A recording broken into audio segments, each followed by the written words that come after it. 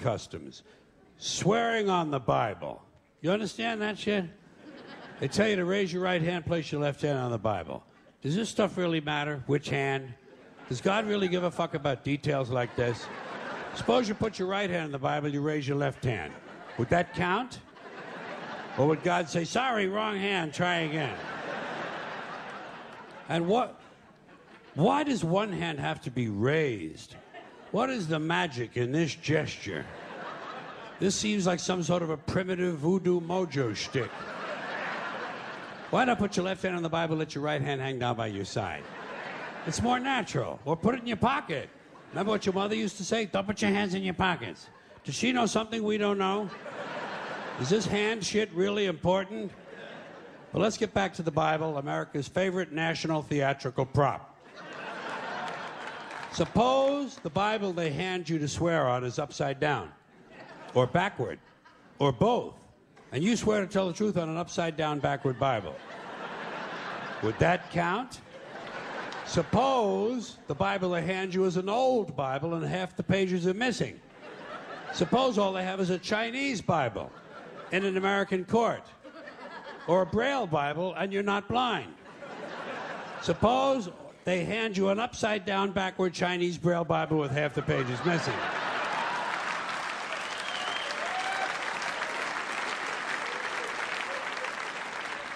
At what point does all of this stuff just break down and become just a lot of stupid shit that somebody made up? They fucking made it up, folks. It's make-believe. It's make-believe. Now, all right. Okay. Let's leave the Bible aside. We'll get back to the science fiction reading later. The more important question is, what is the big deal about swearing to God in the first place? Why does swearing to God mean you're going to tell the truth? Wouldn't affect me. If they said to me, you swear to tell the truth, the whole truth, and nothing but the truth, so help you God, I'd say, yeah. I'll tell you about as much truth as the people who wrote that fucking Bible. How do you like that? Huh?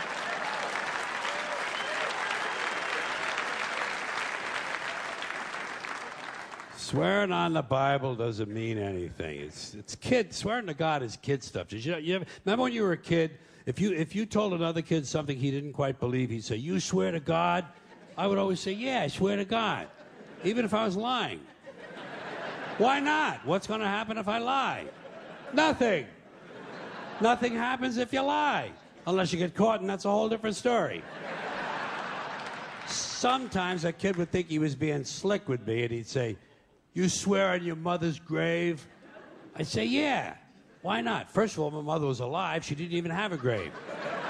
Second of all, even if she was dead, what's she going to do? Rise from the grave and come and haunt me?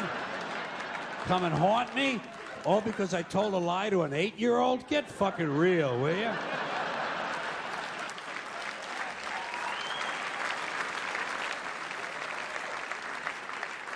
Sometimes I would say, "I swear on my mother's tits." Kids are impressed with things like that. I mean, I don't care about my mother's tits either. I don't care if they fell off. Fuck her. Not my problem. They're your tits, Ma. You keep an eye on them. Swearing to God doesn't mean anything. Swearing on the Bible doesn't mean anything. You know why?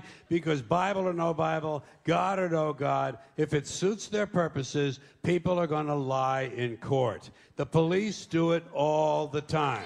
All the time. Yes, they do. It's part of their job to protect, to serve, and to commit perjury whenever it supports the state's case. Swearing on the Bible is just one more way of controlling people and keeping them in line, and it's one more thing that holds us back as a species. Here's one more item for you, the last in our civics book, rights. Boy, everyone in this country is always running around yammering about their fucking rights. I have a right, you have no right, we have a right, they don't have a right. Folks, I hate to spoil your fun, but there's no such thing as rights, okay? They're imaginary. We made them up, like the boogeyman. The Three Little Pigs, Pinocchio, Mother Goose, shit like that. Rights are an idea. They're just imaginary. They're a cute idea. Cute. But that's all. Cute and fictional. But if you think you do have rights, let me ask you this. Where do they come from? People say, well, they come from God. They're God-given rights. Oh, fuck. Here we go again. Here we go again. The God excuse, the last refuge of a man with no answers and no argument. It came from God. Anything we can't describe must have come from God. Personally, folks, I believe that if your rights came from God, he would have given you the right to some food every day, and he would have given you the right to a roof over your head. God would have been looking out for you. God would have been looking out for you. You know that? He would have been worried about making sure you have a gun so you can get drunk on Sunday night and kill your girlfriend's parents. But let's say it's true. Let's say God gave us these rights. Why would he give us a certain number of rights? The Bill of Rights in this country has 10 stipulations, okay? 10 rights. And apparently God was doing sloppy work that week because we've had to amend the Bill of Rights an additional 17 times. So God forgot a couple of things like slavery. Just fucking slipped his mind. But let's say God gave us the original 10. He gave the British 13. The British Bill of Rights has 13 stipulations. The Germans have 29. The Belgians have 25. The Swedish have only 6. And some people in the world have no rights at all. What kind of a fucking goddamn God-given deal is that? No rights at all? Why would God give different people in different countries different numbers of different rights? Boredom? Amusement? Bad arithmetic? Do we find out at long last, after all this time, that God is weak in math skills? Doesn't sound like divine planning to me. Sounds more like human planning. Sounds more like one group trying to control another group. In other words, business as usual in America. Now, if you think you do have rights, one last assignment for you. Next time you're at the computer, get on the internet, go to Wikipedia.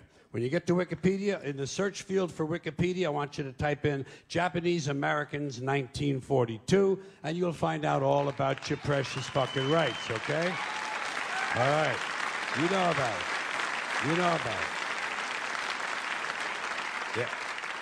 In 1942, there were 110,000 Japanese American citizens in good standing, law-abiding people who were thrown into internment camps simply because their parents were born in the wrong country. That's all they did wrong. They had no right to a lawyer, no right to a fair trial, no right to a jury of their peers, no right to due process of any kind.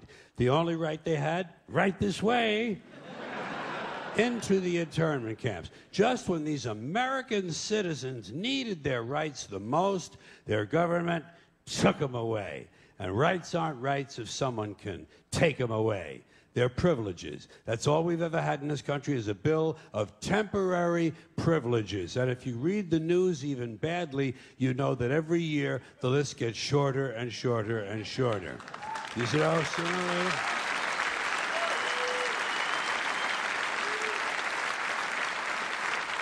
Yeah.